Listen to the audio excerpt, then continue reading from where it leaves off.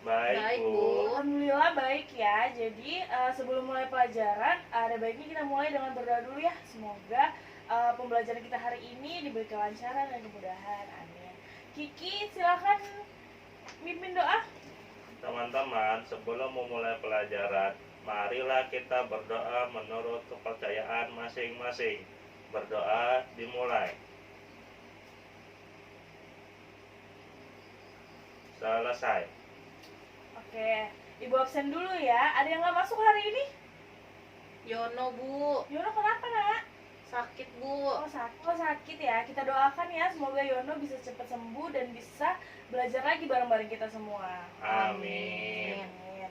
Nah, sebelum masuk ke materi, Ibu mau nanya nih, anak-anak Ibu pada masih ingat gak ya materi kita yang minggu lalu? Masih, Masih, Bu. Bu. Kita belajar tentang apa? Pengertian makhluk hidup, Bu. Iya benar, masih pada ingat ya. Jadi kemarin kita belajar tentang pengertian makhluk hidup. Nah, sekarang kita akan melanjutkan materi yang masih ada hubungannya dengan materi yang kemarin, yaitu tentang ciri-ciri makhluk hidup. Sebelumnya, pada ingat nggak makhluk hidup itu apa sih? Ingat, Bu, makhluk hidup adalah organisme yang memiliki kemampuan untuk bernapas, berpindah tempat, merespon terhadap perubahan diri mereka serta lingkungannya. Ya, betul sekali ya. Jadi pada masih ingat ya makhluk hidup itu apa? Nah, jadi makhluk hidup itu adalah organisme yang memiliki kemampuan untuk bernapas, berpindah tempat, merespon terhadap perubahan diri mereka serta lingkungannya. Nah, sekarang kita masuk ke materi ciri-ciri makhluk hidup ya. Ada yang tahu nggak ciri-ciri makhluk hidup itu apa aja sih? Saya, Bu. Apa, Devi? Bernapas, bergerak, memerlukan makanan, dan peka terhadap rangsangan, Bu. Iya, betul sekali. Tapi masih ada yang kurang nih. Kiki bisa nyebutin nggak?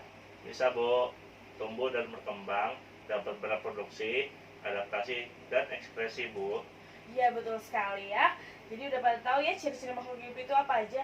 Nah, Ibu mau nanya, kalau buku yang Ibu pegang ini termasuk makhluk hidup nggak? Bukan, Bu. Kenapa bukan termasuk makhluk hidup? Karena ciri-ciri makhluk hidup tidak terdapat pada buku itu. Iya, betul. Jadi buku ini bukan termasuk makhluk hidup ya, anak-anak ya. Anak-anak, kalau di gambarnya Ibu pegang ini gambar apa ya? Ikan, Ikan, Bu. Bu. Oh, ikan. Ikan ini hidupnya di mana?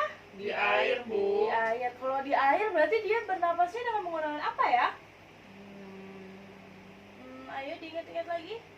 Kalau misalnya di darat banyaknya menggunakan paru-paru, kalau di laut menggunakan Oh, insang, Bu. Ya betul. Jadi setiap makhluk hidup itu memiliki berbagai jenis alat atau organ untuk bernapas tergantung ukuran tubuhnya, lingkungan tubuhnya, dan riwayat evolusinya. Jadi pada daerah perairan itu biasanya bernapasnya dengan menggunakan insang ya. Tapi kalau misalnya di daerah darat banyaknya itu menggunakan paru-paru, dan tumbuhan itu menggunakan stomata dan lentisel. Nah, jadi setiap makhluk hidup itu alat bernapasnya berbeda ya, Nak, tergantung ukuran, lingkungan, dan riwayat evolusinya. Nah, ciri-ciri makhluk hidup yang berikutnya yaitu bergerak.